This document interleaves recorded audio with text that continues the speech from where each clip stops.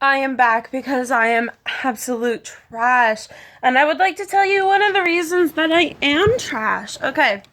Um, if there's any fangirls, specifically like the DC Marvel, like comic book kind of fangirls, y'all, get ready because we are gonna talk about birdflash. If you don't know what birdflash is, I'll give you a preface. It is Robin of the Dick Grayson variety because a lot of fucking people don't know that there's Dick Grayson, Jason Todd, Tim Drake, Damian Wayne, Cassandra, Cass, Babs, and then there was like Duke, and then I think there was gonna be like another one, but he was in, it was can't tell if it was I can't remember if it was a girl or a boy. I think it was a boy, and he was in the comics, but he was never in the shows, so like we don't talk about him, I guess.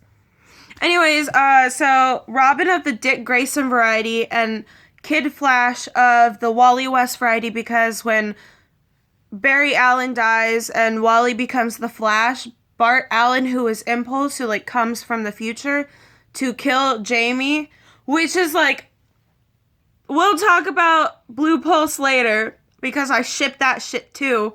Anyways, he becomes Kid Flash, so like Kid Flash of the Wally West variety and Robin of the Dick Grayson variety. Listen, y'all, that shit, I love them so much. It's unreal how much time and money and tears and just love I have poured into anything that is birdflash. Honestly, like I make fucking like I do art. I do a lot of art and I make like some people will ask me to draw stuff for them because I'm like not imaginative of my own. Like I can draw shit, but it takes me a really long time to think of things to draw. So like some one time this girl was like, "Draw me something birdflash," and this was like 4 years ago, and I was like, "What the fuck is that?" And she's like, "Excuse me?" And I was like, "Yes, excuse you, what is that?" And she's just like, "Oh, you don't know." And she's just like, "It's Robin and Kid Flash." And I was like, "I'm here for it. I love me some gays." So so so now I spend like all my day reading Birdflash like fan fiction. I'm not even gonna say fluff because while I do appreciate fluff, your bitch loves some smut too, like that shit that I can't read in public, not safe for work. I like it. I like that shit because like I said, I'm trash. I project my sexual life onto things that I know I can't have because I can't achieve these things on my own, and like that's what I'm doing with my life. And it's working really well for me so far, but like check back with me in like 10 years when I actually need to like maybe think about settling down. I don't know. Anyways, I just read a fan fiction and I actively like anyone who watched Young Justice or just knows of Teen Titans would know enough to know that at some point there's like a 5 year stint where like there was like a standstill between Dick Grayson and Wally, even if like it was just platonic, which it probably was, 'cause, like wishful thinking, you know. But there was the time like when Wally started dating Artemis, and then Artemis faked her death. For I actually am still very unclear as to why Artemis faked her death, but I'm pretty sure it had to do with Cheshire, who was her sister, and just like getting away from that, you know, that family that because if you ever like notice Artemis's family is she's the only hero in her family. The rest are villains or anti-heroes. And if you're wondering what an anti-hero is, if you do know of Young Justice and DC World, think Jason Todd and the Outlaws. Roy Harper, part two. Because, you know, the first one, Speedy was cloned, and Speedy became, like, his own Archer, but then Roy Harper, his clone, became Arsenal, and he, like, got with Jason, not in that way, although, God, I fucking wish. And this is after Jason came back from the Lazarus pit, after he died, and, like, Batman left him to die, like, Batman's a terrible dad, but that's another off topic. And then Coriander, who is Starfire after she like leaves the Teen Titans, which I completely blame Robin for. I'm just gonna go ahead and throw that out there. I feel like had they not dated, Starfire might not have been like so inclined to leave. I mean, I feel like she would have anyways, because eventually they did all go off and do their own thing, but you know, like it just would have been awkward. I probably would have fucking left too, although if I had the chance to be near Raven 24/7, I don't think I'd go anywhere, but that's just my personal opinion. Not everyone likes that doom and gloom. I think it's cute. Anyways, like anti-heroes they're not vigilantes, but they do have like a very good moral compass, and that is Jason Todd and the Outlaws, and that's Roy Harper, Jason Todd, and Coriander. Anyways, not the point. Wow, I fucking forgot what I was saying. Oh yeah, so Artemis, Wally dated Artemis, she faked her own death, they broke up. Artemis, when she came back, they broke up because I feel like that would put a stint in any relationship. I feel like these are things you need to communicate. Like, hey, I'm going to die this week, but, I'm not dead, but I won't see you for, 4 months. But we're still together. I still love you. I feel like that needs to be open communication. Anyways, and then Artemis goes and dates Caldor, who is Aqualad. And then he turns evil when he finds out, who his dad is, I guess. I'm still not clear on that. I never, really much cared for Aqualad. I understand he's a fan favorite. He's a cutie. But, he's just not where my interest lies, Anyways, and then Wally gets lost in the Speed Force.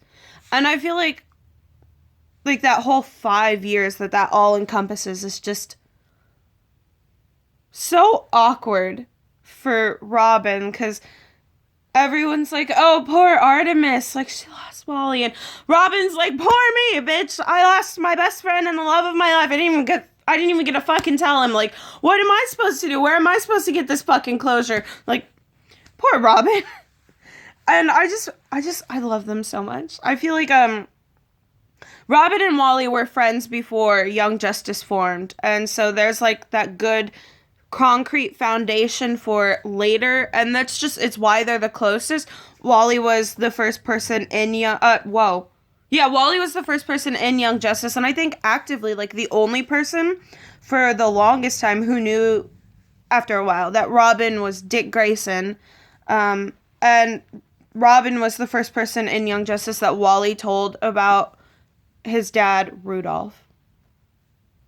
That's such a fucking typical name for a redhead. I'm sorry, but he was the first person that Wally told about his dad abusing him and just what was going on. And I feel like had they continued Young Justice, I would be fangirling right along with Megan, because these two bitches eventually would have gotten their shit together. Anyways, I was back to what started this. I was reading a fan fiction, and Wally was coming out of the Speed Force, and Robin, was the first person he saw, and I was like, oh my god, I'm gonna fucking cry, because the prompt for the fanfiction was based off Tumblr. I didn't write it. I read off Archive of Our Own. I used to read off Quotev, but, Quotev doesn't really have smut, and it is kind of a younger fan base reads that. I read my Harry Potter fanfiction there, because there's more variety. Anyways, also because a bitch loves her some Fred Weasley. We'll get into that in another day. Anyways, the prompt was a kiss so all-encompassing that you don't know where one person ends and the other begins. And I was like, oh man. And I've actually read this one 16 times. I actively, on Archive of Our Own, they have pages of stories. You see the title and it gives you a description and then it keeps going. Birdflash fanfiction has 25 pages of just individual stories. And this story is on page 16. It's the fourth one down, until people start adding more. So it's actively the fourth one down, page 16. And so if you want to read my favorite Birdflash story. And so I've read it a lot of times, and it's my favorite because I feel like you don't really get to see a lot of Dick Grayson's just emotions, and you don't really get to see a lot of Wally West allowing himself to be loved, just because he grew up in an environment where he didn't think he was loved. His dad thought he was a freak. And, when Barry died, I could imagine that kind of he had his Aunt Iris and he had Bart, but at the time Wally didn't really get along with Bart because it's weird, And so I could just imagine that Robin was probably Wally's anchor. He was probably his lifeline.